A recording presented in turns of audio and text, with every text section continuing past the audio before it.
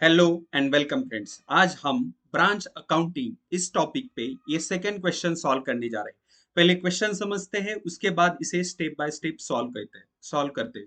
यहाँ क्वेश्चन कहता है Raj limited Pune has a branch at Mumbai to which goods are invoiced at cost plus 20% profit. It means Raj limited की एक branch है मुंबई में और उस ब्रांच को गुड्स सेंड करता है हेड ऑफिस। कैसे? कॉस्ट प्लस 20% प्रॉफिट, मतलब प्रॉफिट इंक्लूड करके गुड्स सेंड करता है। क्वेश्चन आगे कहता है following information related to the Mumbai branch is available for the year 2021-2022।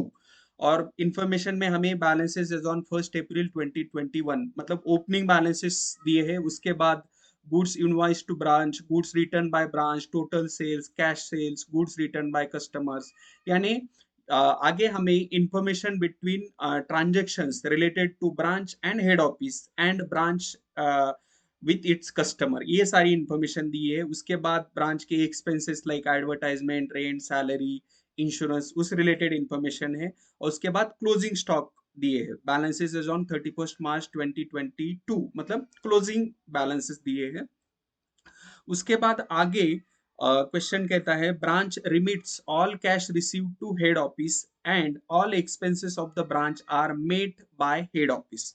मतलब ब्रांच के पास जो भी कैश आता है वो cash branch immediately head office को सेंड करती है, और ब्रांच के जो भी एक्सपेंसेस है वो हेड ऑफिस पेड करता है। ठीक है। आगे हमें एडजस्टमेंट दिए है। एडजस्टमेंट है फर्नीचर पे, furniture is to be depreciated at 10%। यानी हमें फर्नीचर पे 10% डिप्रिसिएशन चार्ज करना है। तो पहले इस एडजस्टमेंट को मार्क करते हैं। फर्नीचर पे एडजस्टमेंट है और फर्नीचर पे हमें 10% डिप्रिसिएशन चार्ज करना है। और ये एडजस्टमेंट एग्जैक्ट कैसे इफेक्ट होता है हम ये आने वाले नेक्स्ट स्टेप में देखने वाले हैं। उसके बाद आगे क्वेश्चन कहता है branch manager is entitled to 4% commission on the branch profit after charging such commission. मतलब जो ब्रांच मैनेजर है उसे 4% कमीशन देना है। ये कमीशन किस पे देना है? ब्रांच का जो प्रॉफिट है उस प्रॉफिट पे 4% कमीशन देना है। तो हमें प्रॉफिट कब मिलेगा? जब हम ये पूरा क्वेश्चन सॉल्व करेंगे तो हमें प्रॉफिट मिलेगा और उस प्रॉफिट पे हमें कमीशन देना है। ठीक है। क्वेश्चन आगे कहता है you are required to prepare you are required to prepare necessary ledger account as per stock and debtors method of branch accounting। यानी हमें ये जो क्वेश्चन सॉल्व करना है ये क्वेश्चन सॉल्व करना है as per stock and debtors method. ठीक है। तो दोस्तों इसी टॉपिक पे ब्रांच अकाउंटिंग पे पहले मैंने दो वीडियो बनाई, एक basic information theoretical concept related है और दूसरा वीडियो जिसमें हमने ब्रांच अकाउंटिंग पे प्रैक्टिकल क्वेश्चन सॉल्व किया है एज पर डेटर्स मेथड। और यहाँ पे जो क्वेश्चन हमें कह रहा है कि you are required to prepare necessary ledger account as per stock and debtors method. Okay. तो अगर आपने वो वीडियो नहीं देखा है तो उसका लिंक मैंने यहाँ पे डिस्क्रिप्शन बॉक्स में दिया है, वहां पे क्लिक करके आप वो पहले वो वीडियो देख लीजिए एज पर डेटर्स मेथड। और अभी जो हम ये क्वेश्चन सॉल्व करने जा रहे हैं ये as per stock and debtors method है। ठीक है। मैं यहाँ पे आपको बताना चाहूंगा कि स्टॉक एंड डेटर्स मेथड और जो फर्स्ट मेथड है डेटर्स मेथड, उसमें क्या डिफरेंस है। जो पहली मेथड है यानी डेटर्स मेथड, तो डेटर्स मेथड में मेन अकाउंट जो है वो होता है ब्रांच अकाउंट। ब्रांच अकाउंट में ही हमें net profit, net loss of the branch मिल जाता है। ठीक है। तो जो फर्स्ट मेथड है डेटर्स मेथड, उस पे हमें ब्रांच अकाउंटिंग पे प्रॉफिट मिल जाता है। और जो मैंने बोला कि मैंने क्वेश्चन नंबर 1 सॉल्व किया है प्रीवियस पार्ट में, तो ये क्वेश्चन हमने सॉल्व किया है वहां पे। ठीक है। तो ये क्वेश्चन हमें as per debtors method solve करना था। और as per debtors method main account होता है ब्रांच अकाउंट। ब्रांच अकाउंट में हमें प्रॉफिट लॉस मिल जाता है। ठीक है। अभी ये जो क्वेश्चन सॉल्व करना है ये क्वेश्चन हमें सॉल्व करना है as per stock and debtors method. तो स्टॉक एंड डेटर्स मेथड में क्या होता है, हमें बहुत सारे लेजर अकाउंट्स प्रिपेयर करने होते हैं। बहुत सारे मतलब जो ब्रांच अकाउंट रिलेटेड है, like branch stock account, branch debtors account, ये सारे अकाउंट्स प्रिपेयर करने होते हैं। अभी कौन से अकाउंट प्रिपेयर करने हैं कौन से अकाउंट नहीं प्रिपेयर करने हैं, it depends on the question. अभी अगर आप ये क्वेश्चन देखोगे तो यहाँ पे हमें क्या बोला है, you are required to prepare necessary ledger accounts. अभी नेसेसरी लेजर अकाउंट्स कौन से हो गए?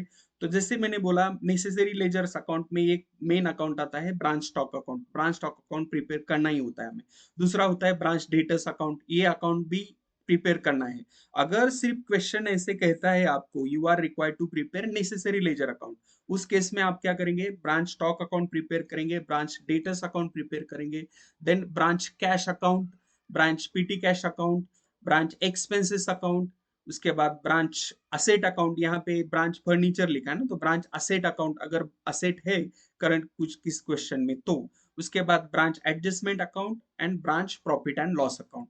तो अगर क्वेश्चन ऐसे कहता है सिर्फ कि you are required to prepare necessary ledger account, हमें ये सारे अकाउंट प्रिपेयर करने हैं। इसमें भी एक पॉइंट मैं ऐड करना चाहूंगा कि ये जो थर्ड अकाउंट है ब्रांच कैश अकाउंट, ये ब्रांच कैश अकाउंट नहीं प्रिपेयर किया तो भी चलेगा। अगर देखो दोस्तों मैं क्या कह रहा हूँ, अगर क्वेश्चन हमें ऐसे कहता है you are required to prepare necessary ledger account, अगर नेसेसरी लेजर अकाउंट सिर्फ बोलते हैं तो ये अकाउंट प्रिपेयर करने हैं 8। इसमें भी ब्रांच कैश अकाउंट अगर नहीं प्रिपेयर किया तो भी चलता है, बिकॉज ब्रांच कैश अकाउंट हमें कैश मतलब जो ब्रांच का प्रॉफिट और लॉस असर्टन करना है उसमें यूजफुल नहीं है।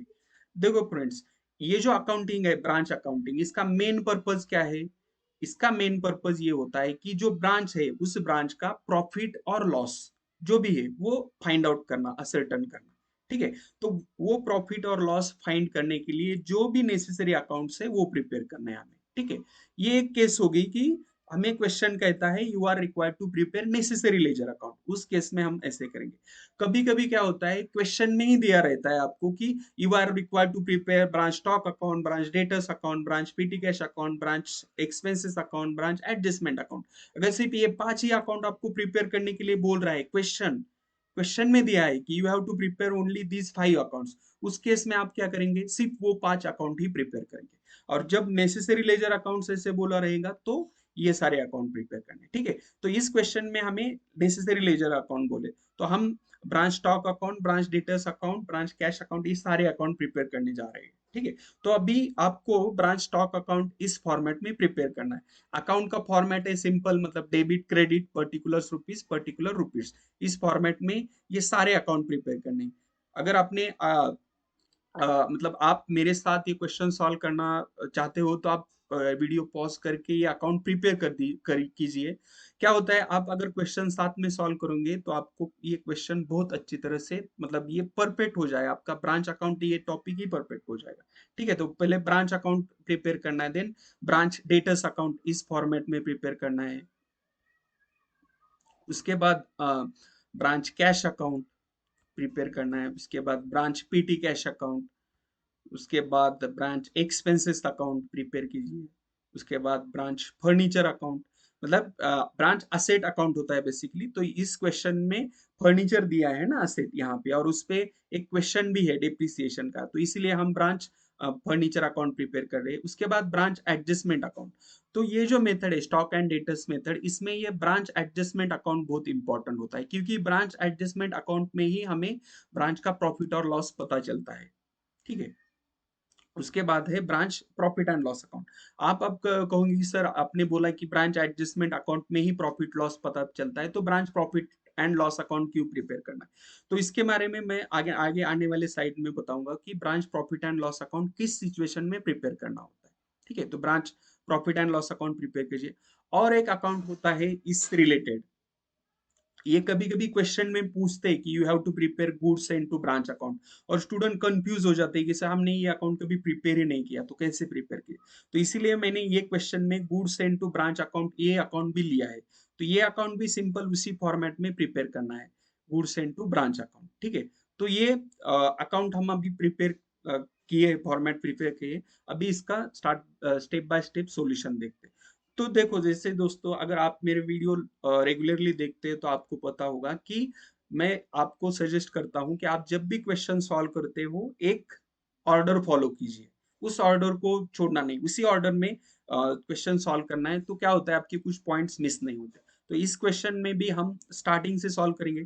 तो क्वेश्चन में पहले जैसे हमने डिस्कस किया कि राज लिमिटेड मुंबई ब्रांच को गुड्स सेंड करता है कैसे, कॉस्ट प्लस 20% प्रॉफिट। अगर जो भी इनवॉइस प्राइस है, मतलब जिस प्राइस को गुड्स भेजे उसमें प्रॉफिट इंक्लूड है, तो उस केस में हमें लोडिंग भी चार्ज करना होता है।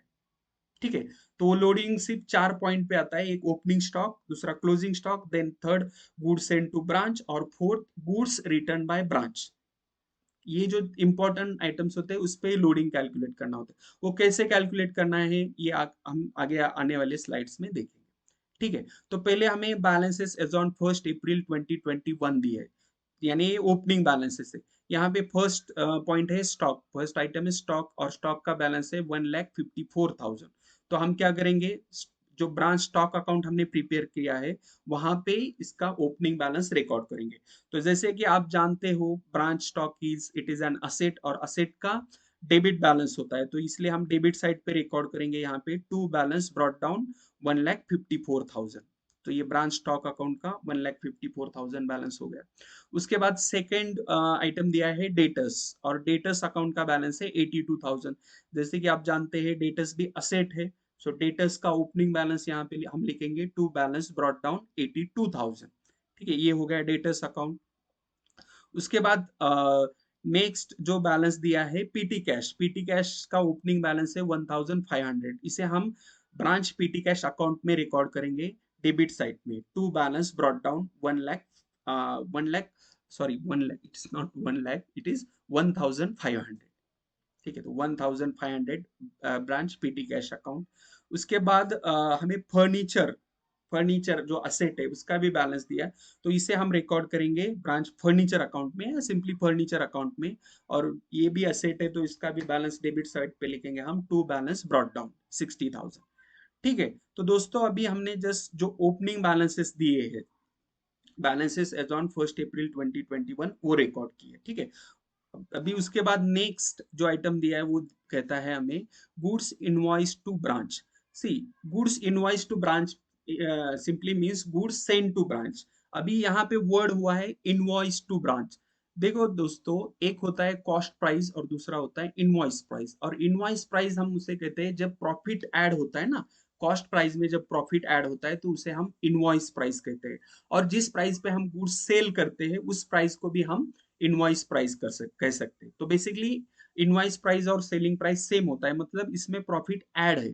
तो यहाँ पे जो पॉइंट आया है गुड्स इनवॉइस टू ब्रांच 4,80,000, तो 4,80,000 के गुड्स हेड ऑफिस ने ब्रांच को सेंड किए। हेड ऑफिस कौन है, राज लिमिटेड। तो राज लिमिटेड ने गुड्स सेंड किए हैं, किसे सेंड किए हैं, मुंबई ब्रांच को।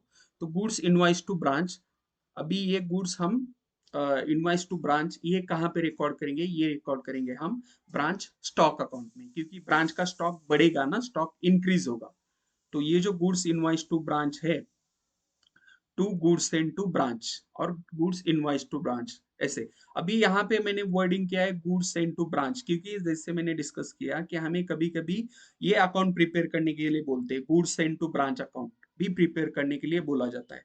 तो बेसिकली जो गुड्स हेड ऑफिस ब्रांच को सेंड करता है वो कहाँ रिकॉर्ड होते हैं, इस अकाउंट में रिकॉर्ड होते हैं, गुड्स सेंड टू ब्रांच। तो अभी जो गुड्स इनवॉइस टू ब्रांच है 4,80,000, ये हमने रिकॉर्ड किए यहाँ पे first, goods send to branch 4,80,000। ठीक है, उसके बाद इसे हमें ये जो लास्ट वाला अकाउंट है goods send to branch account, अभी goods send to branch account में भी इसे रिकॉर्ड करना है। और ये कहाँ पे आएंगे, क्रेडिट साइड में, क्योंकि यहाँ पे बाय ब्रांच स्टॉक अकाउंट आएगा, क्योंकि ब्रांच स्टॉक अकाउंट के डेबिट साइड में लिखा ना हमने 4,80,000। ठीक है, तो यहाँ पे एक बात देखिए दोस्तों, गुड्स इनवॉइस टू ब्रांच मतलब goods sent by branch to head office. ठीक है, गुड्स सेंड किए किसने, हेड ऑफिस ने ब्रांच को, ये रिकॉर्ड कहाँ होंगे, ब्रांच स्टॉक अकाउंट में आएंगे, क्योंकि देखो ओपनिंग स्टॉक हमारे पास 1,54,000 था। अभी एडिशनल गुड्स भेजे इस साल बेचने के लिए, किसने भेजे, हेड ऑफिस ने भेजे ब्रांच को, तो वो भी इसी यहाँ रिकॉर्ड होंगे। साथ में हमने goods send to branch account भी प्रिपेयर किया है। तो goods send to branch account में इसका इफेक्ट क्या होगा, देखो यहाँ पे हमने ब्रांच स्टॉक अकाउंट के डेबिट साइड पे क्या लिखा, to goods send to branch account. तो हम to goods send to branch account के क्रेडिट साइड पे क्या लिखेंगे, अभी हम बाय ब्रांच स्टॉक अकाउंट। तो इसलिए यहाँ पे क्रेडिट साइड पे एंट्री आई 4,80,000। ठीक है।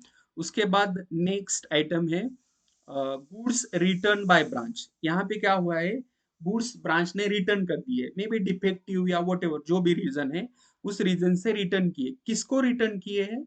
Goods return by branch to head office, मतलब मुंबई ब्रांच ने राज लिमिटेड, ये जो हेड ऑफिस है उनको गुड्स रिटर्न किए, और रिटर्न की अमाउंट है 10,000।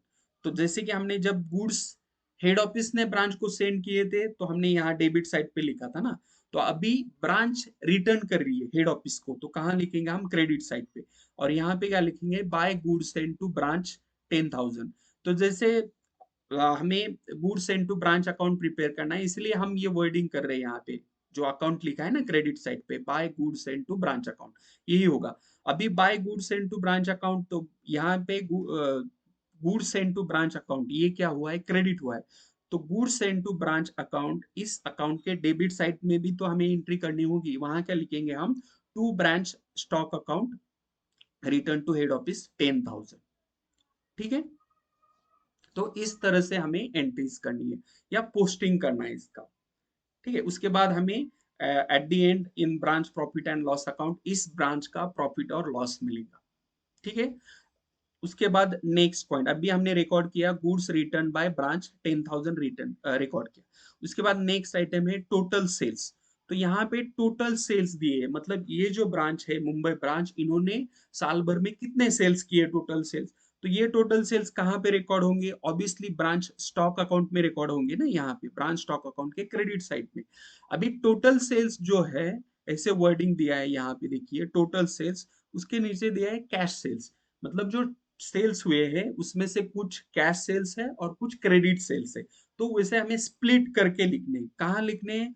ब्रांच स्टॉक अकाउंट में ही लिखेंगे हम, बट कैसे लिखेंगे? स्प्लिट करके। तो यहाँ पे जो टोटल सेल्स हमें पता है, टोटल सेल्स कितने हैं? 6,40,000 है ना। तो टोटल सेल्स अगर 6,40,000 है और कैश सेल्स 2,20,000 है, तो यहाँ पे हम easily credit sales find out कर सकते हैं ना। तो देखो कैसे कैलकुलेट करना है, हमें टोटल सेल्स दिए 6,40,000 और कैश सेल्स दिए 2,20,000। तो 6,40,000 that is total sales minus cash sales, क्या मिलेंगे हमें? क्रेडिट सेल्स मिलेंगे। तो यहाँ पे वर्किंग नोट में देखिए इसे कैसे कैलकुलेट करना है। Total sales 6,40,000 minus cash sales 2,20,000, तो क्रेडिट सेल्स हो गए 4,20,000। ठीक है। तो 4,20,000 के क्रेडिट सेल्स है यहाँ पे। इस तरह से हम ये फाइंड कर सकते हैं यहाँ पे। ठीक है। तो यहाँ पे क्या हुआ? हमें क्रेडिट सेल्स मिले अभी ना। ठीक है। तो क्रेडिट सेल्स हम कहाँ पे, अभी टोटल सेल्स जो है 6,40,000, उसमें से कैश सेल्स 220 और क्रेडिट सेल्स 420, ये क्लियर हो गया। ये दोनों सेल्स हमें कहाँ पे लिखने हैं? ये लिखने हैं हमें ब्रांच स्टॉक अकाउंट में। ये जो ब्रांच स्टॉक अकाउंट है ना, क्योंकि हमने बेचे, गुड्स बेचे, तो यहाँ पे हम लिखेंगे by branch account cash sales 2,20,000 हमने लिखा, और उसके बाद बाय ब्रांच डेटर्स अकाउंट। यहाँ ब्रांच डेटर्स अकाउंट इसलिए लिख रहे हैं क्योंकि हमने वो क्रेडिट पे बेचे, तो क्रेडिट पे अगर बेचते तो डेटर्स अकाउंट में ही इसका ट्रांसफर होगा ना। तो पहले देखो दोस्तों, हमने यहाँ पे कैश सेल्स रिकॉर्ड किए, यहाँ पे बाय ब्रांच कैश अकाउंट। क्यों कैश रिकॉर्ड किए? तो यहाँ पे हमें क्लियरली दिया है कि कैश सेल्स है 2,20,000, तो यहाँ पे हमने कैश सेल्स लिखे क्रेडिट साइड पे। और एक यहाँ पे सिंपल चीज आप माइंड में रख सकते हैं, कंफ्यूजन नो आपका, इसलिए कि ब्रांच स्टॉक अकाउंट डेबिट कब होगा? जब ब्रांच के पास गुड्स आएंगे तो ब्रांच स्टॉक अकाउंट डेबिट होगा। और ब्रांच स्टॉक अकाउंट क्रेडिट कब होगा? जब ब्रांच कुछ गुड्स सेल करेगी या गुड्स रिटर्न करेगी, मतलब जब ब्रांच से गुड्स बाहर जाएंगे, उस केस में क्या होगा? ब्रांच स्टॉक अकाउंट क्रेडिट होगा।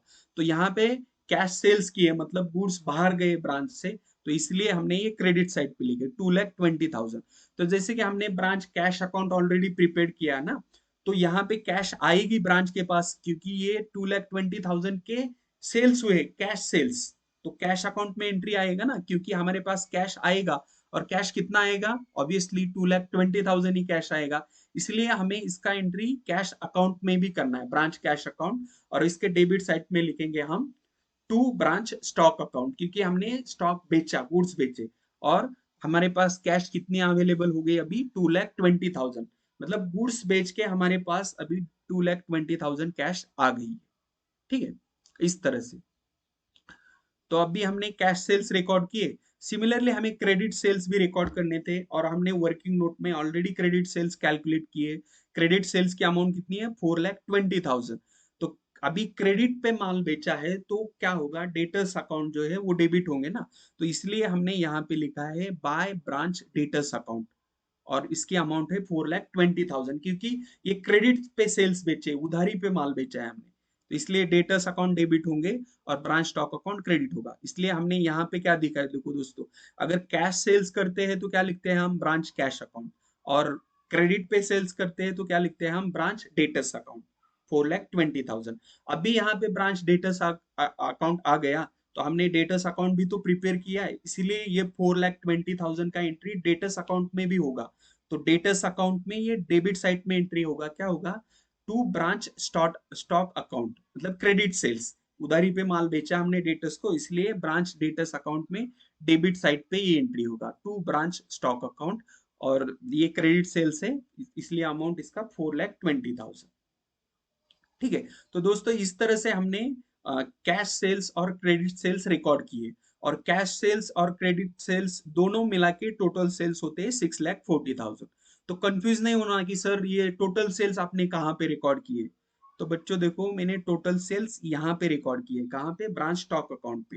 कैश सेल्स 2,20,000 और ब्रांच डेटर्स 4,20,000, यानी 220 प्लस 420 ये हो गए 6,40,000। तो टोटल सेल्स रिकॉर्ड हो गए ना 6,40,000।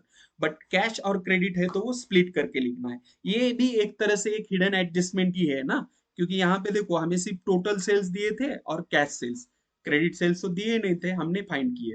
ठीक है, तो इस तरह से रिकॉर्ड करना है। नेक्स्ट इज पॉइंट है इसमें, नेक्स्ट आइटम है गुड्स रिटर्न बाय कस्टमर्स। अभी देखो दोस्तों, goods return by branch and goods return by customer, ये दोनों अलग अलग चीज है। Goods return by branch means goods return by branch to head office. Branch ने अगर गुड्स हेड ऑफिस को रिटर्न किए तो इसे हम कहते हैं goods return by branch to head office. और अब भी जो आइटम आए यहाँ पे पॉइंट आए, ये क्या कहता है, goods return by customers, customers ने गुड्स रिटर्न किए। ठीक है, तो इसका एंट्री कैसे होगा, देखो, जब ब्रांच ने गुड्स रिटर्न किए थे हेड ऑफिस को, उसका एंट्री कहाँ पे हुआ था, ब्रांच स्टॉक अकाउंट में हुआ था ना। तो अब भी क्या होगा, देखो दोस्तों, कस्टमर्स ने अगर हमें गुड्स रिटर्न किए हैं तो उसका एंट्री भी ब्रांच स्टॉक अकाउंट में ही होगा, और ब्रांच स्टॉक अकाउंट में कहा होगा, डेबिट साइड पे। इसके लिए और एक लॉजिक बताता हूं मैं दोस्तों। हमने क्रेडिट सेल्स कहाँ लिखे हैं ब्रांच अकाउंट में, क्रेडिट सेल्स हमने लिखे हैं यहाँ पे ब्रांच अकाउंट के क्रेडिट साइड पे। ठीक है, ब्रांच अकाउंट की क्रेडिट साइड पे लिखे हैं ना सेल्स, या cash sales, credit sales, total sales है वो क्रेडिट साइड्स पे लिखे। अगर ये माल बेचा है हमने कस्टमर्स को, उसमें से माल कुछ गुड्स डिफेक्टिव अगर है गुड्स, तो वो रिटर्न होंगे ना, ब्रांच को रिटर्न होंगे। तो वो कहाँ पे लिखे जाएंगे, वो लिखे जाएंगे ब्रांच स्टॉक अकाउंट के डेबिट साइड पे। ठीक है, तो इसीलिए अब भी जो ये पॉइंट आया ना, goods return by customers, goods return by customers to branch 20,000 rupees, इसे कहाँ लिखना होगा, हमें इसे लिखना होगा ब्रांच स्टॉक अकाउंट के डेबिट साइड में। क्यों, क्योंकि ये गुड्स हमने बेचे थे, बेचने के बाद फिर से हमारे पास रिटर्न आ गए, तो इसलिए ब्रांच डेटर्स अकाउंट 20,000। और ये रिटर्न किसने किए, कस्टमर्स ने किए है ना, तो कस्टमर्स ने किए इसलिए डेटर्स का अकाउंट क्रेडिट होगा। अभी और एक चीज यहाँ पे देखिए दोस्तों, डेटर्स को हमने क्रेडिट पे माल बेचा था, उधारी पे माल बेचा था, तो हमने डेटर्स अकाउंट क्या किया था, डेबिट किया था ना। अभी डेटर्स ने हमें कुछ डिफेक्टिव गुड्स रिटर्न कर दिए, तो हम कहाँ अब क्या करेंगे, डेटर्स अकाउंट क्रेडिट करेंगे। ठीक है, क्योंकि जब हम डेटर्स को गुड्स बेचते हैं तो डेटर्स अकाउंट डेबिट होता है, और डेटर्स हमें गुड्स रिटर्न करते हैं तो ये जो डेटर्स अकाउंट है ये क्या होगा, क्रेडिट होगा। डेटर्स को माल बेचा, डेटर्स अकाउंट डेबिट, डेटर्स ने गुड्स यानी माल हमें रिटर्न दिया, डेटर्स अकाउंट क्रेडिट होगा। ठीक है, तो ये 20,000 जो रिटर्न किए ना कस्टमर्स ने, इसके लिए हमें ब्रांच डेटर्स अकाउंट में भी तो एंट्री करनी होगी, ब्रांच डेटर्स अकाउंट। और ब्रांच डेटर्स अकाउंट में कहाँ एंट्री करेंगे हम, क्रेडिट साइड पे क्या लिखेंगे, by branch stock account return, return from customer, मतलब कस्टमर्स ने रिटर्न किए। यहाँ पे भी देखिए दोस्तों, आप लॉजिक सिंपल लगा सकते हैं। जब हमने क्रेडिट सेल्स किए थे तो डेटर्स अकाउंट क्या हुआ था, डेबिट हुआ था ना, ब्रांच डेटर्स अकाउंट डेबिट हुआ। अब भी ये जो डेटर्स जिनको हमने माल बेचा था वो हमें गुड्स रिटर्न कर रहे हैं, तो एंट्री कहाँ पे होगा, क्रेडिट साइड पे सिंपली। ठीक है, आई होप ये एंट्रीज आपको समझ में आ रही है। अगर कुछ डाउट है आपको तो कमेंट सेक्शन में मुझे पूछिए, I will reply to that question. ठीक है, तो यहाँ पे हमने अभी ये पॉइंट रिकॉर्ड किया, गुड्स रिटर्न बाय कस्टमर्स कहाँ कहाँ रिकॉर्ड किया, ब्रांच स्टॉक अकाउंट में क्रेडिट साइड में, सॉरी ब्रांच स्टॉक अकाउंट में डेबिट साइड में, और ब्रांच डेटर्स अकाउंट के क्रेडिट साइड में। ठीक है, यहाँ पे देखिए ब्रांच डेटर्स अकाउंट और ब्रांच डेटर्स अकाउंट में यहाँ पे बाय ब्रांच स्टॉक अकाउंट। ठीक है, हाँ। अभी next point, goods return by customer के बाद है अलाउंसेस टू कस्टमर। मतलब हमने कस्टमर को कुछ अलाउंस दे दिया या एक तरह से छूट दे दी है, कितने अमाउंट की, 4,000 रुपीज। 4,000 रुपीज का बेनिफिट हुआ, किसे हुआ, कस्टमर को। और इसका एक्सपेंस या लॉस किसको होगा, ब्रांच को होगा ना। तो एक तरह से ये एक्सपेंस है ब्रांच के लिए। ठीक है, उसके बाद देखो दोस्तों, नेक्स्ट जो पॉइंट है इसमें, डिस्काउंट अलाउड टू कस्टमर, ये भी कस्टमर रिलेटेड ही है। Discount allowed to customer, customer को डिस्काउंट हमने दे दिया, अलाउड किया, ये भी एक तरह से एक्सपेंस है ब्रांच को। देन उसके बाद है bad debts written of. Bad debts हो गए, हमारे कुछ डेटर्स ने पैसे ही नहीं दिया, हमारा पैसा डूबा है, उसे हम बैड डेट्स कहते हैं। तो ये तीनों पॉइंट्स अगर आप देखेंगे, allowances to customer, discount allowed to customer and bad debt written off, ये तीनों पॉइंट्स डेटर्स अकाउंट रिलेटेड है। ये तीनों पॉइंट्स में क्या होगा, तीनों आइटम्स हम डेटर्स अकाउंट में क्रेडिट साइड पे रिकॉर्ड करेंगे, क्योंकि डेटर्स कम होंगे। डेटर्स को डिस्काउंट दिया तो डेटर्स अकाउंट क्रेडिट होगा ना, राइट। तो इसलिए allowances to customer, discount allowed to customer and bad debt written off, हमें ये तीनों पॉइंट पहले ब्रांच डेटर्स अकाउंट में लिखने हैं, उसके बाद ब्रांच एक्सपेंसेस अकाउंट में भी लिखने हैं। अब आप बोलेंगे सर हमें ब्रांच एक्सपेंस अकाउंट में क्यों लिखना है, क्योंकि ये एक तरह से एक्सपेंस ही तो है ब्रांच के लिए। Allowances to customer, discount allowed to customer and bad debts, branch के लिए एक्सपेंस है ना। और डेटर्स के लिए क्या है, ये डेटर्स के लिए बेनिफिट है, क्योंकि उन्हें डिस्काउंट मिल रहा है। तो इसलिए ये जो तीन आइटम्स है, allowances to customer, discount allowed to customer and bad debts written off, इसे हम तीन जगह पे मतलब दो जगह पे रिकॉर्ड करेंगे, एक ब्रांच डेटर्स अकाउंट और दूसरा ब्रांच एक्सपेंसेस अकाउंट। तो पहले ब्रांच डेटर्स अकाउंट में रिकॉर्ड करते हैं, इसे क्रेडिट साइड पे आएगा क्या, बाय ब्रांच एक्सपेंसेस अकाउंट। यहाँ पे बाय ब्रांच एक्सपेंसेस अकाउंट क्यों आया, क्योंकि ये ब्रांच एक्सपेंस अकाउंट में भी तो रिकॉर्ड होंगे डेबिट साइड में। तो पहले allowances to customer 4,000 rupees, next discount allowed to customer 2,000 rupees, और bad debts written off 3,000 rupees. ठीक है, ये डेटर्स अकाउंट है, रिलेटेड है, तीनों पॉइंट्स जो है, ये तीनों पॉइंट्स, तीनों items debtors debtors account related है। Allowances to customer, discount allowed to customer and bad debts written off. आप बोलेंगे सर उसके बाद एडवर्टाइजमेंट, ये भी तो एक्सपेंस है। ये एक्सपेंस है, but advertisement is not related to debtors account, right. तो इसलिए मैंने allowances to customer, discount allowed to customer and bad debts written off, ये तीनों पॉइंट पहले ब्रांच डेटर्स अकाउंट में लिखे क्रेडिट साइड पे यहाँ पे। और अब ये तीनों आइटम्स कहाँ पे जाएंगे, ये तीनों आइटम्स हमें दिखाने होंगे ब्रांच एक्सपेंसेस अकाउंट के डेबिट साइड में। क्यों, क्योंकि हम यहाँ पे कस्टमर को अलाउंस दे रहे हैं, डिस्काउंट दे रहे हैं और बैड डिप्स भी हो रहे हैं, तो ये एक तरह से लॉस है ब्रांच का। इसलिए ये ब्रांच एक्सपेंसेस अकाउंट जो हमने बनाया है, उस अकाउंट के डेबिट साइड में लिखेंगे हम इसे, टू ब्रांच डेटर्स अकाउंट के टाइटल के अंदर, क्योंकि ब्रांच डेटर अकाउंट में पहले रिकॉर्ड किया और फिर यहाँ पे लिख रहे हैं। ठीक है, तो इस तरह से अगर हम डेटर्स को कुछ डिस्काउंट देते हैं, या डेटर्स राइट ऑफ होते हैं, या डेटर्स को कुछ अलाउंस देते हैं, तो ये दो जगह पे रिकॉर्ड होगा, एक ब्रांच डेटर्स अकाउंट और दूसरा ब्रांच एक्सपेंसेस अकाउंट। ठीक है, तो दोस्तों अभी तक हमने allowances to customer, discount allowed to customer and bad debts written off, ये तीन पॉइंट रिकॉर्ड किए। उसके बाद है एडवर्टाइजमेंट। और जैसे कि मैंने डिस्कस किया, एडवर्टाइजमेंट ये एक्सपेंस है ब्रांच के लिए। उसके बाद रेंट पेड, रेंट भी एक्सपेंस है। सैलरीज पेड भी एक्सपेंस है। उसके बाद इंश्योरेंस है, ये भी एक्सपेंस है ब्रांच के लिए। बट यहाँ पे आप देख सकते हैं इंश्योरेंस पे एडजस्टमेंट है, हिडन एडजस्टमेंट है, क्योंकि क्या दिया है देखिए, इंश्योरेंस पेड अप टू 13 जून 2022। मतलब ये जो इंश्योरेंस पेड किया है ना, ये पेड हुआ है अप टू 30 जून 2022, तब तक के लिए पे किया है। और हम हमारा अकाउंट एंड कब हो रहा है, ये एंड होगा 31 मार्च को, क्योंकि स्टार्ट हुआ है 1 अप्रैल टू 31 मार्च, अकाउंटिंग ईयर है ना, फाइनेंशियल ईयर। तो यहाँ पे एंड हुआ। ये जो इंश्योरेंस है बेसिकली प्रीपेड है, 30 जून तक पेड किया, तो इसका प्रीपेड का अमाउंट हम कैलकुलेट करेंगे। पहले रिकॉर्ड करते हैं, एडवर्टाइजमेंट, रेंट, सैलरीज, इंश्योरेंस, ये चारों पॉइंट कहाँ पे रिकॉर्ड होंगे, ब्रांच एक्सपेंस अकाउंट में। तो यहाँ पे लिखेंगे हम टू ब्रांच कैश अकाउंट, क्योंकि पेड किया है ना, इसलिए branch cash account, advertisement, rent, salaries and insurance, जितना भी अमाउंट हमने पे किया है इंश्योरेंस का, ये सारा अमाउंट यहाँ पे लिखे, क्योंकि एक्चुअली यही अमाउंट पेड किया है ना, यही टोटल पेड पेमेंट हुआ है। 7,000, 4,000, 22,000 सैलरी और 10,000 इंश्योरेंस पे किया है। और जैसे कि हमने बोला, देखा कि इंश्योरेंस पे हिडन एडजस्टमेंट है, और insurance is paid up to 30 June. तो ये एडजस्टमेंट अभी हमने सॉल्व करना है। तो इससे कैसे सॉल्व करना है देखिए, पहले इंश्योरेंस रिलेटेड इंफॉर्मेशन देखिए, insurance paid up to 30 June 2022, amount ऐसे दिया है 10,000। बट ये अकाउंटिंग ईयर एंड कब होगा, as current year ends on 31 March 2022, insurance from 1 April 2022 to 30 June 2022, मतलब ये अकाउंटिंग ईयर खत्म कब हो रहा है, 31 मार्च 2022। 31 मार्च 2022 के बाद 30 जून तक मंथ्स काउंट कर दीजिए, अप्रैल, मई और जून।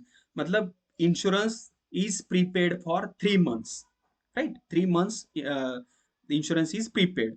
तो 3 मंथ का प्रीपेड है। तो कैसे निकालना है प्रीपेड के अमाउंट, तो जैसे हम जानते हैं 10,000 इज फॉर 12 मंथ, पूरे एक साल के 10,000 दिए ना हमने 12 मंथ के लिए। तो कैसे करना है इसे, 10,000 डिवाइडेड बाई 12, अमाउंट आएगा 833.33 आएगा ये। और हमें 3 मंथ्स का लेना है ना, तो 833.33 रिकरिंग आया, मल्टीप्लाई बाय 3 करेंगे आप, तो 2,500 आएगा। और आप इसे ओरली भी कैलकुलेट कर सकते हैं, कैसे, एक साल है, एक साल में कितने मंथ्स होते हैं, 12 मंथ्स, 12 मंथ्स का 10,000 है, तो 6 मंथ का कितना होगा, 10 मंथ्स का कितना है, सॉरी 12 मंथ का कितना है, 10,000, तो 6 मंथ का होगा 5,000, और 3 मंथ का होगा 2,500। ठीक है, इस तरह से भी कैलकुलेट कर सकते हैं, या आप कैलकुलेटर से भी इसे कैलकुलेट कर सकते हैं। ठीक है, तो प्रीपेड इंश्योरेंस यहाँ पे आ गया 2,500 रुपीज। तो अभी प्रीपेड इंश्योरेंस का क्या करना है सर, आप बोलेंगे कि तो आपने यहाँ पे प्रीपेड इंश्योरेंस माइनस ही नहीं किया, इंश्योरेंस लिखा है ना यहाँ पे 10,000, तो इसमें से माइनस करना था। तो देखो दोस्तों, क्या होता है ब्रांच अकाउंटिंग में, ये हेड ऑफिस है ना, ये हेड ऑफिस ये एक्सपेंसेस पेड कर देता है। ठीक है, अगर कुछ प्रीपेड है तो वो नेक्स्ट ईयर के ओपनिंग बैलेंसेस में आएगा, तो इसलिए सेपरेटली दिखाना है क्रेडिट साइड पे इसे, बाय प्रीपेड इंश्योरेंस 2,500। ठीक है, इस तरह से दिखाना है। आप अगर यहाँ पे इंश्योरेंस जो 10,000 है माइनस 2,500 करेंगे, तो एक ही इफेक्ट होगा, प्रॉफिट लॉस पे कुछ इम्पैक्ट नहीं आएगा। बट ब्रांच अकाउंटिंग में हमें प्रीपेड इंश्योरेंस इस तरह से दिखाना होता है, टोटल अमाउंट डेबिट साइड पे दिखाना है, और जो भी प्रीपेड अमाउंट है वो क्रेडिट साइड पे दिखाना है, ब्रांच एक्सपेंसेस अकाउंट। ठीक है, तो आई होप ये प्रीपेड इंश्योरेंस की एडजस्टमेंट भी क्लियर हुई है। अगर इस रिलेटेड भी कोई डाउट है तो क्वेश्चन पूछिए। उसके बाद नेक्स्ट पॉइंट है, इंश्योरेंस पेड अप टू 30 जून है ना, उसके बाद देखिए एडजस्टमेंट है। हाँ, और एक चीज देखो दोस्तों, जैसे हमने डिस्कस किया ना, ये जो एक्सपेंसेस है, ब्रांच एक्सपेंसेस, ये ब्रांच एक्सपेंसेस हमने पेड कैसे किए, कैश में पेड किए ना, तो इसीलिए टू ब्रांच कैश अकाउंट आया था यहाँ पे। तो ये इसका इम्पैक्ट, मतलब अभी हमें जो क्वेश्चन दिया है उस क्वेश्चन में क्या बोला है कि all the expenses of the branch are paid by the head office, तो इसलिए हमने यहाँ पे ब्रांच कैश अकाउंट लिखा है ना। तो कैश अकाउंट में भी इसका एंट्री होगा, और इसका एंट्री कहाँ पे लिखेंगे हम, तो सिंपली देखिए कैश अकाउंट में क्या करना है, ब्रांच कैश अकाउंट है ना यहाँ पे, तो ब्रांच कैश अकाउंट में पहले डेबिट पे लिखना है, टू ब्रांच कैश अकाउंट। मतलब यहाँ पे अज्यूम क्या करते हैं हम कि हेड ऑफिस ने ब्रांच को एक्सपेंसेस के लिए पैसे भेजे, और उसके बाद ये एक्सपेंसेस पेड हो गए, बाय एक्सपेंसेस पेड। मतलब यहाँ पे उसका इफेक्ट ये हो जाएगा, सेट ऑफ हो जाएगा कि branch expenses, branch cash account expenses 43,000 debit पे आ गया और बाय एक्सपेंसेस पे क्रेडिट पे भी आ गया। ठीक है, इसके पीछे लॉजिक क्या है देखो दोस्तों, कि जैसे हमें क्वेश्चन में दिया है ना, यहाँ पे क्लियरली दिया है sentence, branch remit all cash receive to the head office and all expenses of the branch are made by the head office. मतलब ये जो डिपेंडेंट ब्रांच है, इस ब्रांच के सारे एक्सपेंसेस कौन पेड करता है? हेड ऑफिस पेड करता है। तो पहले उन्होंने कैश भेजी कि आप पे करो, और ब्रांच ने वो पेड कर दिए, इसलिए इसकी एंट्री ब्रांच कैश अकाउंट के डेबिट साइड पे भी आएगी और क्रेडिट साइड पे भी आएगी। ठीक है, इसके बाद नेक्स्ट पॉइंट देखिए, इंश्योरेंस तक किया था हमने, उसके बाद है cash sent for PT expenses. हाँ, तो देखो दोस्तों, ये एक इंपॉर्टेंट अकाउंट है या पॉइंट है, पीटी एक्सपेंसेस या PT cash, branch accounting related. क्योंकि ये पीटी एक्सपेंसेस हम का अकाउंट हमें सेपरेटली मेंटेन करना होता है। जैसे कि आप यहाँ पे देख पाओगे, ओपनिंग जो बैलेंस है ना, उसमें भी opening balance of PT cash दिया है हमें। और ये जो पॉइंट है यहाँ पे क्या किया है, cash sent for PT expenses. तो जो हमने पीटी कैश अकाउंट प्रिपेयर किया है, उसमें ओपनिंग बैलेंस रिकॉर्ड किया है, और हेड ऑफिस ने क्या किया है, और 6,000 रुपए भेजे हमें पीटी कैश एक्सपेंसेस के लिए। तो वो भी ब्रांच पीटी कैश अकाउंट के डेबिट साइड पे रिकॉर्ड हो गए, 6,000 रुपीज। ठीक है, next balances as on 31 March 2022। तो ये बेसिकली क्लोजिंग बैलेंसेस है। तो क्लोजिंग बैलेंसेस स्टॉक है, डेटर्स है, पीटी कैश। तो पहले स्टॉक रिकॉर्ड करते हैं, क्लोजिंग बैलेंस दिया है हमें 30,000। यहाँ पे आप देख सकते हो, स्टॉक का बैलेंस है 30,000, क्लोजिंग बैलेंस। डेटर्स है 60,000, तो डेटर्स रिकॉर्ड करते हैं पहले। Debtors by balance carried down 60,000, record कर दिया। उसके बाद पीटी कैश 3,000, पीटी कैश है, branch petty cash, closing balance है, इसे भी by balance carried down record कर दिया। ठीक है, तो दोस्तों अभी देखिए हमने क्या किया, ओपनिंग बैलेंसेस और जो इंफॉर्मेशन दी है ट्रांजेक्शन रिलेटेड, वो इंफॉर्मेशन और क्लोजिंग बैलेंसेस, ये सारी इंफॉर्मेशन हमने रिकॉर्ड कर दी। अभी एडजस्टमेंट्स देखते हैं। एडजस्टमेंट में हमें ये इंफॉर्मेशन दी है बेसिकली कि branch remits all cash receive to head office and all expenses of the branch are made by head office. मतलब ब्रांच क्या करती है, जो भी कैश आई वो हेड ऑफिस, ये इंफॉर्मेशन है। But furniture is to be depreciated at 10%, ये एडजस्टमेंट है, हमें फर्नीचर डिप्रिसिएट करना है 10% से। तो इसलिए हम फर्नीचर अकाउंट में इसकी एंट्रीज रिकॉर्ड करेंगे। पहले देखिए, ब्रांच फर्नीचर अकाउंट, और फर्नीचर अकाउंट में बाय डिप्रिसिएशन, डिप्रिसिएशन की अमाउंट कितनी है, 10%। तो 60,000 पे 10%, 6,000 हो गया। और जैसे कि हम जानते हैं, डिप्रिसिएशन भी एक तरह से एक्सपेंस ही है ना ब्रांच के लिए। तो ये जो डिप्रिसिएशन है ऑन फर्नीचर, ये हमें ब्रांच एक्सपेंसेस अकाउंट में भी रिकॉर्ड करना होगा।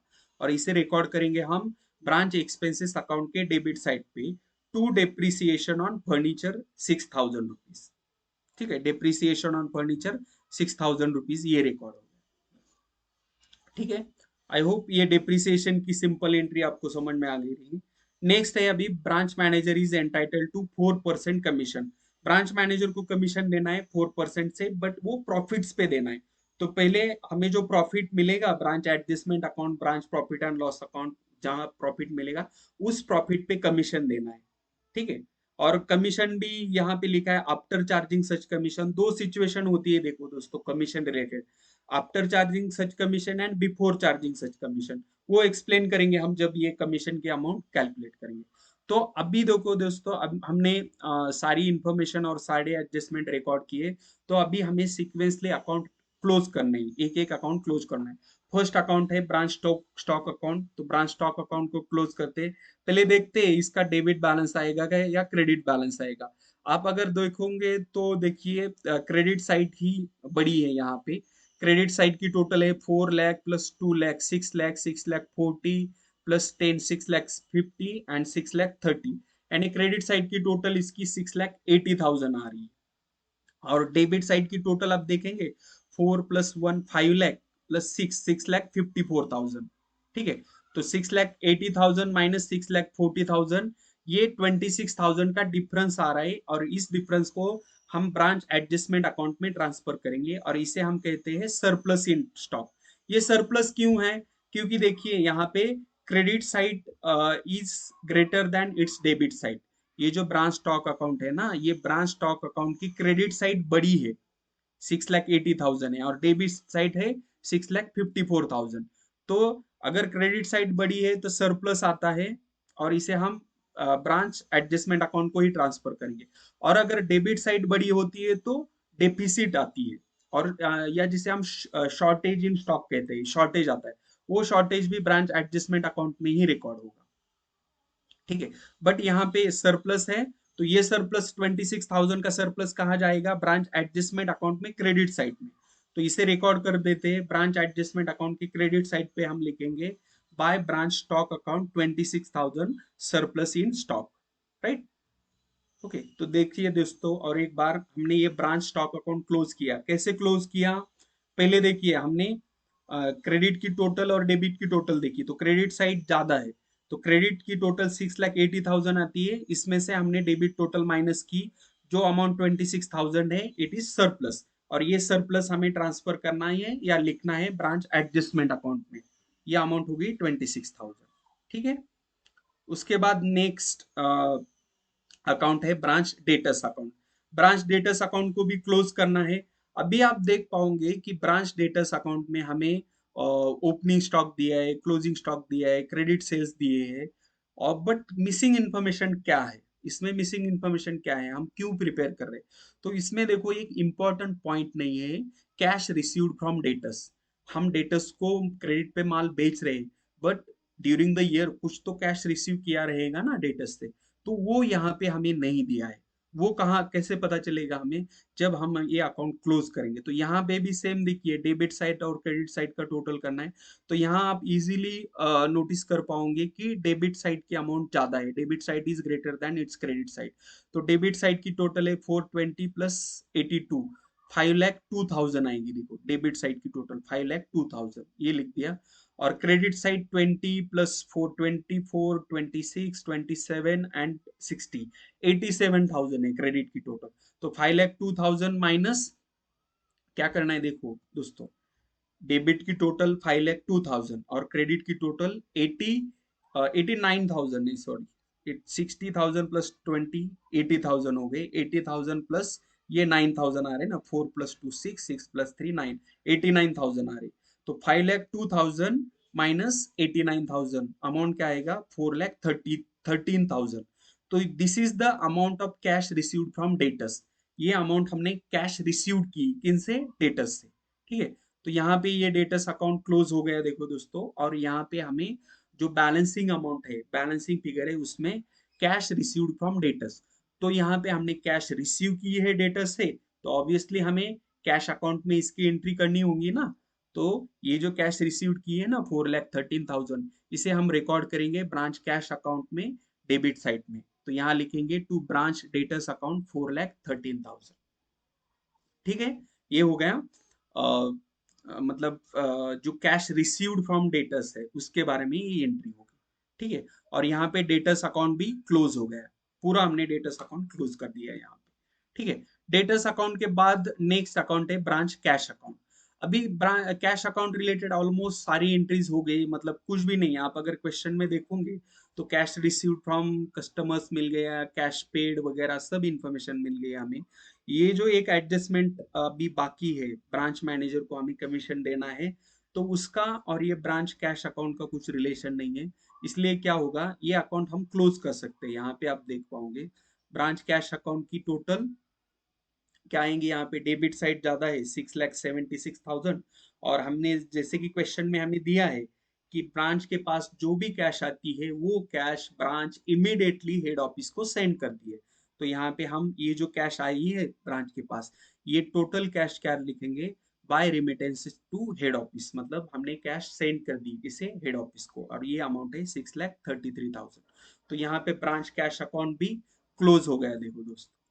ठीक है, उसके बाद नेक्स्ट पॉइंट है ब्रांच कैश अकाउंट हो गया। नेक्स्ट अकाउंट है ब्रांच पीटी कैश अकाउंट। यहाँ पे ब्रांच पीटी कैश अकाउंट में भी आप देख पाओगे कि ओपनिंग बैलेंस और ओपनिंग पीटी कैश दी है, क्लोजिंग पीटी कैश दी है, उसके बाद cash send for PT expenses और पीटी कैश एक्सपेंसेस सेंड किए। बट एक्चुअल एक्सपेंसेस कितने हुए हैं ये मालूम नहीं है हमें, तो वो हम ये अकाउंट क्लोज करेंगे तो हमें क्या मिलेगा? Actual PT expenses at the branch. और ये पीटी एक्सपेंसेस क्या होता है, जो छोटे छोटे खर्चे होते हैं ना, उसके लिए एक अलग से पीटी कैश मेंटेन करती है ब्रांच। तो अभी वो एक्सपेंसेस कितने हुए, तो देखो ब्रांच के पास पहले 1500 रुपीज थे पीटी कैश, और उसके बाद हेड ऑफिस ने और 6000 रुपीज भेजे, बट एट द एंड पता चल रहा है कि सिर्फ 3000 ही बैलेंस है, मतलब बाकी के एक्सपेंस हुए रहेंगे ना। तो टोटल कितने ब्रांच के पास पीटी कैश थी या होनी चाहिए थी, 7500, बट एक्चुअल में कितनी है, 3000। मतलब ये जो डिफरेंस है 4500, ये क्या है, actual PT cash expenses at the branch, ये एक्सपेंसेस हो गए ब्रांच में। ठीक है, तो ये एक्सपेंसेस भी हमें रिकॉर्ड करने होते हैं। और ये कहाँ पे, यहाँ हो गए पीटी कैश अकाउंट में, तो इसकी एंट्री हो गई, बट इसे हमें ब्रांच एक्सपेंसेस अकाउंट में भी दिखाना है, डेबिट साइड में, टू ब्रांच पीटी एक्सपेंसेस, या x PT expenses at branch भी कह सकते हैं। ये कितने हैं, 4500 के। ठीक है, तो दोस्तों आई होप ये ब्रांच पीटी कैश अकाउंट भी आपको क्लियर हुआ रहेगा। ब्रांच पीटी कैश अकाउंट के बाद नेक्स्ट है ब्रांच एक्सपेंसेस अकाउंट। तो ब्रांच पे जितने भी एक्सपेंसेस है, अभी तक तो सारे एक्सपेंसेस हमने रिकॉर्ड कर दिए है ना, तो वो सब देखते क्या क्या एक्सपेंसेस रिकॉर्ड किए। डिप्रिसिएशन रिकॉर्ड किया, ब्रांच पीटी गैस। अभी इसे क्लोज करना है, क्या होता है देखो दोस्तों, ब्रांच एक्सपेंसेस अकाउंट को क्लोज करना है, और ये जो टोटल एक्सपेंसेस है ये ट्रांसफर होंगे ब्रांच एडजस्टमेंट अकाउंट में। तो यहाँ पे आप देख पाओगे डेबिट साइड बड़ी है, डेबिट साइड की टोटल है 62,500, राइट। डेबिट साइड की टोटल 62,500, और क्रेडिट साइड पे सिर्फ 2,500 है, तो जो डिफरेंस है इसका 60,000 रुपीज, ये क्या है, ये नेट अमाउंट है ब्रांच एक्सपेंसेस की, और इसे कहाँ पे ट्रांसफर करेंगे हम, ब्रांच एडजस्टमेंट अकाउंट में। तो इसे 60,000 रुपीज को ब्रांच एडजस्टमेंट अकाउंट के डेबिट साइड पे ट्रांसफर करते हैं टू ब्रांच एक्सपेंसेस अकाउंट, क्योंकि ये एक्सपेंसेस है। और हर क्वेश्चन में आपको ऐसे ही सॉल्व करना है। देखो दोस्तों, जो भी ब्रांच एक्सपेंसेस अकाउंट के एक्सपेंसेस है, ये सारे एक्सपेंसेस ट्रांसफर करने हैं आपको ब्रांच एडजस्टमेंट अकाउंट में। ठीक है, ओके।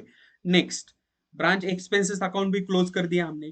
फिर है ब्रांच फर्नीचर अकाउंट। ये फर्नीचर अकाउंट हमने यहाँ पे ओपनिंग बैलेंस लिखा था, उसके बाद डिप्रिसिएशन भी लिखा था फर्नीचर अकाउंट का। और इसका देखिए 60,000 रुपीज ओपनिंग बैलेंस था, डिप्रिसिएशन 6,000, तो फर्नीचर अकाउंट का क्लोजिंग बैलेंस क्या रहेगा, 54,000 कैरिड डाउन। ओके, तो यहाँ पे फर्नीचर अकाउंट मतलब फर्नीचर का क्लोजिंग बैलेंस है 54,000। ये क्या होगा, नेक्स्ट ईयर का ओपनिंग बैलेंस होगा। ठीक है, तो ये सिंपल है, यहाँ जस्ट क्लोज करना था। और ये जो डिप्रिसिएशन था 6,000 रुपीज, ये ऑलरेडी हमने ब्रांच एक्सपेंसेस अकाउंट में इसे रिकॉर्ड कर दिया है, यहाँ पे डिप्रिसिएशन ऑन फर्नीचर 6,000 रुपीज। ठीक है, तो ये ब्रांच फर्नीचर अकाउंट भी हो गया, क्लोज हो गया। उसके बाद नेक्स्ट जो अकाउंट है, it is branch adjustment account. और जैसे कि मैंने बोला, branch adjustment account is the main account. इसमें हमें ब्रांच का ग्रॉस प्रॉफिट या नेट प्रॉफिट, ग्रॉस प्रॉफिट मिलता है जब हम branch profit and loss account prepare करते हैं। और अगर branch profit and loss account हम हमें बोला है क्वेश्चन में कि there is no need to prepare branch profit and loss account, हम ब्रांच एडजस्टमेंट अकाउंट में ही प्रॉफिट फाइंड कर सकते हैं। ठीक है, तो कब branch profit and loss account prepare करना है, ये मैं आगे आने वाले स्लाइड में बताऊंगा।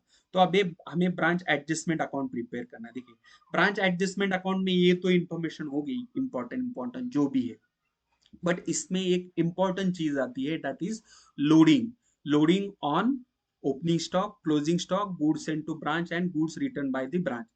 ये लोडिंग क्यों आता है दोस्तों, क्योंकि देखो जब भी हेड ऑफिस ब्रांच को गुड्स इनवॉइस प्राइस पे बेचता है, मतलब जिसमें प्रॉफिट इंक्लूड होता है, उस केस में हमें लोडिंग कैलकुलेट करना होता है और लोडिंग का इफेक्ट देना होता है।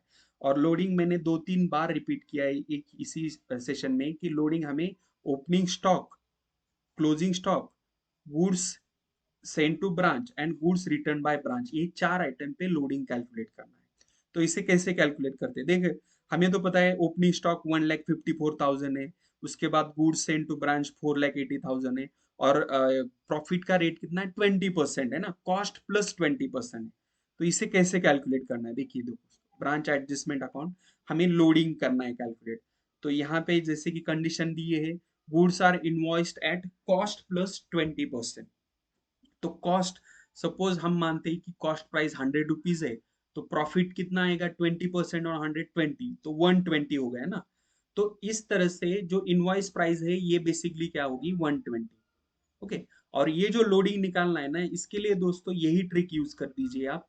अगर कॉस्ट प्लस कुछ दिया है तो क्या करना है, कॉस्ट 100 प्लस ये 20%, तो कॉस्ट प्लस 20 120 हो गया। 120 से क्या करना है, जो भी ओपनिंग स्टॉक, अभी हमें लोडिंग किस पे निकालना है, पहले ओपनिंग स्टॉक पे, और ओपनिंग स्टॉक हमने देखा 1,54,000 है ओपनिंग स्टॉक की अमाउंट। तो 1,54,000 को 120 से डिवाइड करना है। 120 से ही क्यों, क्योंकि 100 प्लस जो प्रॉफिट है, 20% प्रॉफिट है ना इनवॉइस पर, तो 100 प्लस 20 120। तो ऐसे ओपनिंग स्टॉक पे जो लोडिंग निकालना है ना, वो लोडिंग कैसे निकालना है, 1,54,000 divided by 120 multiplied by 20। Multiplied by 20 क्यों करना है, क्यों 20% ही लोडिंग आएगा ना। तो देखो इस तरह से आप एक एज अ सिंपल फॉर्मूला इसे माइंड में रख दीजिए कि आपको लोडिंग निकालना है तो क्या करना है, जो भी अमाउंट है जिस पे भी लोडिंग निकालना है उसे डिवाइड करना है 100 प्लस जो भी रेट है उससे, और मल्टीप्लाई करना है जो भी प्रॉफिट का रेट है उससे। ठीक है। यहाँ पे मान लीजिए अगर 15% होता, कॉस्ट प्लस 15% होता, तो यहाँ पे क्या आता, 100 प्लस 15 115 आता ना। तो 115 से हम डिवाइड करते हैं, और मल्टीप्लाइड किससे करते हैं, मल्टीप्लाइड ओनली 15 से करते हैं। यहाँ पे 20% रेट है प्रॉफिट का, इसलिए हम 1,54,000 डिवाइडेड बाय 120 मल्टीप्लाइड बाय 20 करेंगे। और ये किया तो हमें जो आंसर मिलता है इट इज 25,666 रिकरिंग आता है, तो इसे हम 67 ले सकते हैं। ठीक है। और ये कहाँ पे रिकॉर्ड करेंगे, अभी ये क्या मिला है दोस्तों, देखिए आपको ये मिला है लोडिंग ऑन ओपनिंग स्टॉक। ये जो मिला है ना अमाउंट 25,667, ये जो अमाउंट है ये है लोडिंग ऑन ओपनिंग स्टॉक। अभी ओपनिंग स्टॉक पे जो भी लोडिंग है वो कहाँ पे लिखते हैं हम, ब्रांच अकाउंट के क्रेडिट साइड पे। मतलब इसके लिए सिंपली आपको माइंड में ही रखना है, ओपनिंग स्टॉक पे जो लोडिंग है वो लिखना है ब्रांच एडजस्टमेंट अकाउंट के क्रेडिट साइड पे। मतलब opening stock and goods send to branch, इस पे जो लोडिंग है वो आएगा ब्रांच एडजस्टमेंट अकाउंट के क्रेडिट साइड पे। और आप अभी मुझे बताइए कि जो क्लोजिंग स्टॉक है, क्लोजिंग स्टॉक का लोडिंग कहाँ पे आएगा, yes obviously branch adjustment account के डेबिट साइड पे आएगा। ठीक है। इस तरह से आप माइंड में रख सकते हैं कि opening stock and goods send to branch, इस पे जो लोडिंग है वो लोडिंग लिखना है ब्रांच एडजस्टमेंट अकाउंट के क्रेडिट साइड पे। और closing stock and goods return by branch, इस पे जो लोडिंग आएगा वो लिखना है डेबिट साइड पे।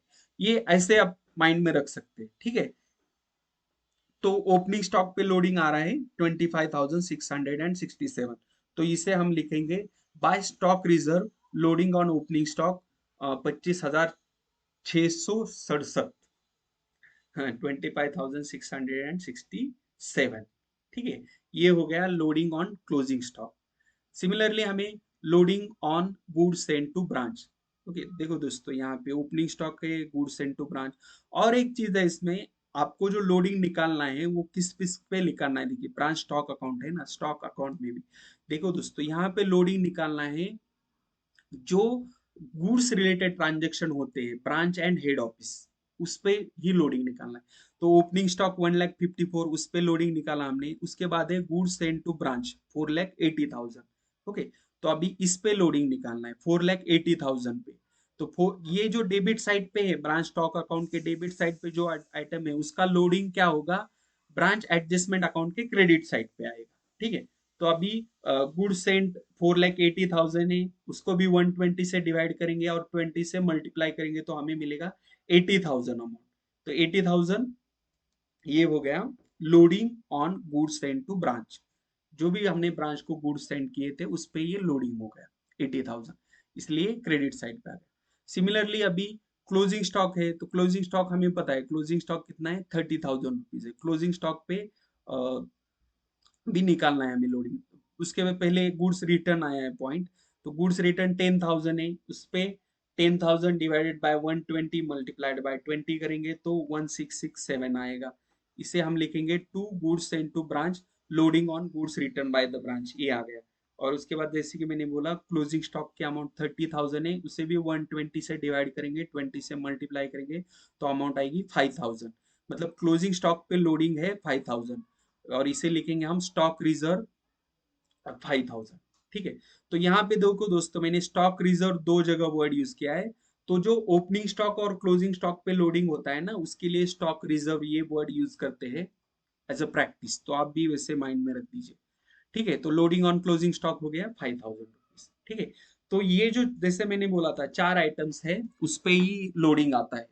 इसके अलावा और एक दो तीन पॉइंट्स है या दो तीन आइटम्स है उस पे लोडिंग हमें चार्ज करना होता है। वो कौन से आइटम है जिसपे हमें लोडिंग मतलब अदर देन दिस, यहाँ पे तो 4 आ गए ना, opening stock, goods sent to the branch, goods return by branch, closing stock. इसके अलावा और एक 3 पॉइंट होते हैं जिसपे हमें लोडिंग चार्ज करना होता है ये ब्रांच अकाउंटिंग में स्पेसिफिकली। तो वो कौन से पॉइंट है वो आपको कमेंट सेक्शन में कमेंट करना है। ठीक है, आप इतना तो कर सकते हैं, जस्ट वो कौन से पॉइंट है जिसपे लोडिंग चार्ज करना होता है, ये 4 पॉइंट्स छोड़ के इसके अलावा इस पे तो आप कमेंट में कर दीजिए। अगर आपको समझ में नहीं आ रहे क्वेश्चन पूछे, मैं बताऊंगा कमेंट सेक्शन में। ठीक है, बट आप ये फाइंड करके बताइए कमेंट सेक्शन में कि ऐसे कौन से और पॉइंट्स है जिसपे लोडिंग आता है, और वो कैलकुलेट करके उसका इफेक्ट भी देना होता है। ठीक है, तो दोस्तों ये लोडिंग हो गया है। इस क्वेश्चन में यही है, मतलब वो यही इंपॉर्टेंट 4 पॉइंट है जिसपे लोडिंग कैलकुलेट करना था।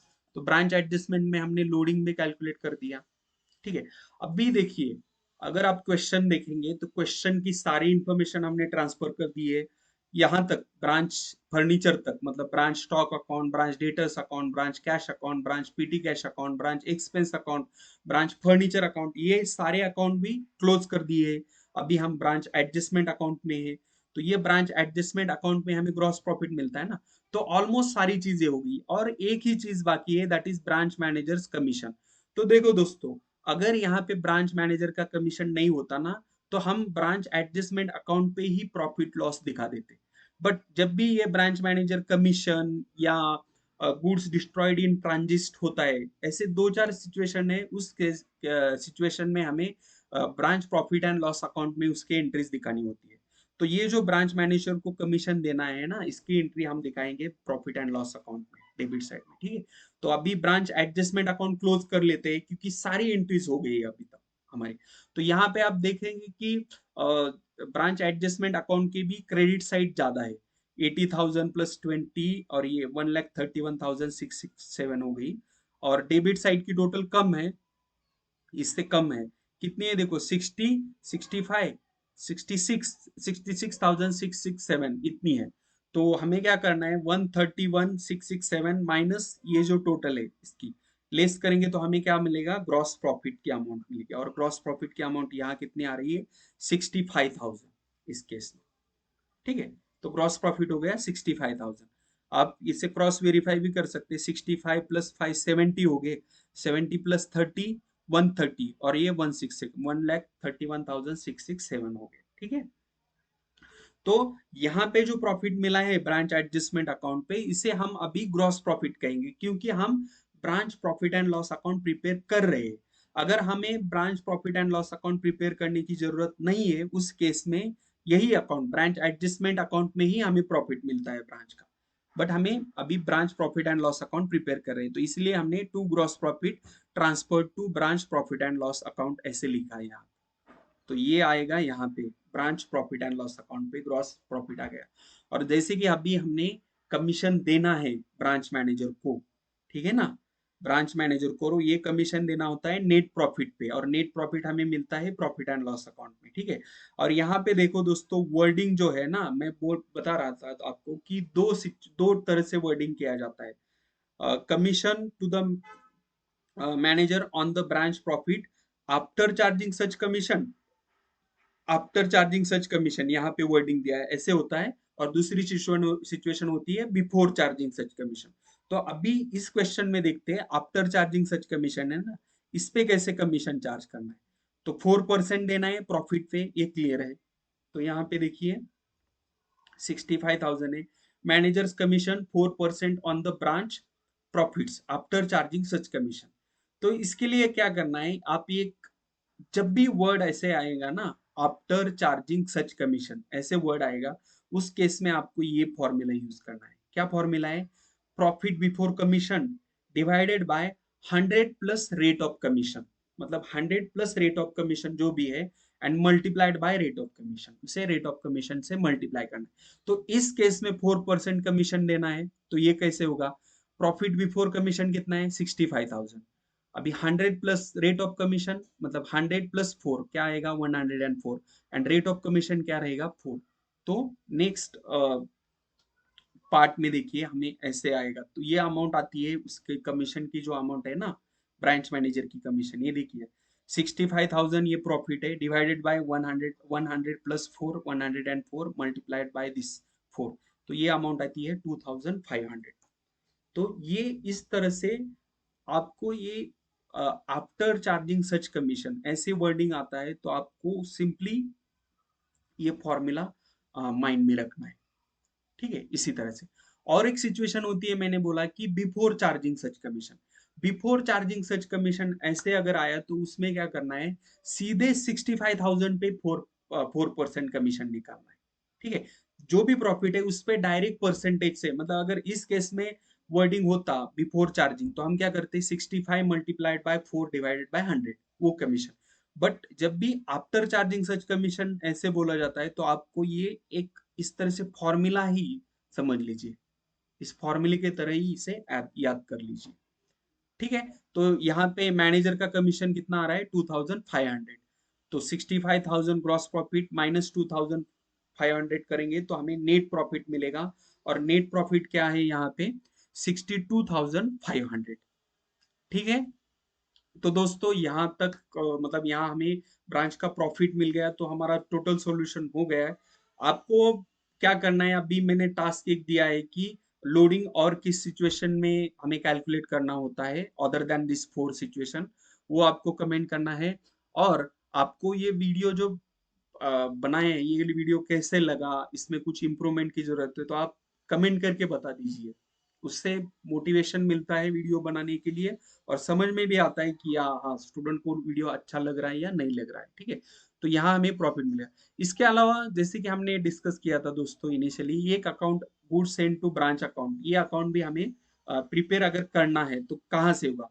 तो इसके लिए हमने देखा दो, यहाँ तो मतलब दो एंट्रीज हो गई ऑलरेडी ये स्टॉक से, मतलब goods send to branch credit में गुड्स रिटर्न ये आ गया।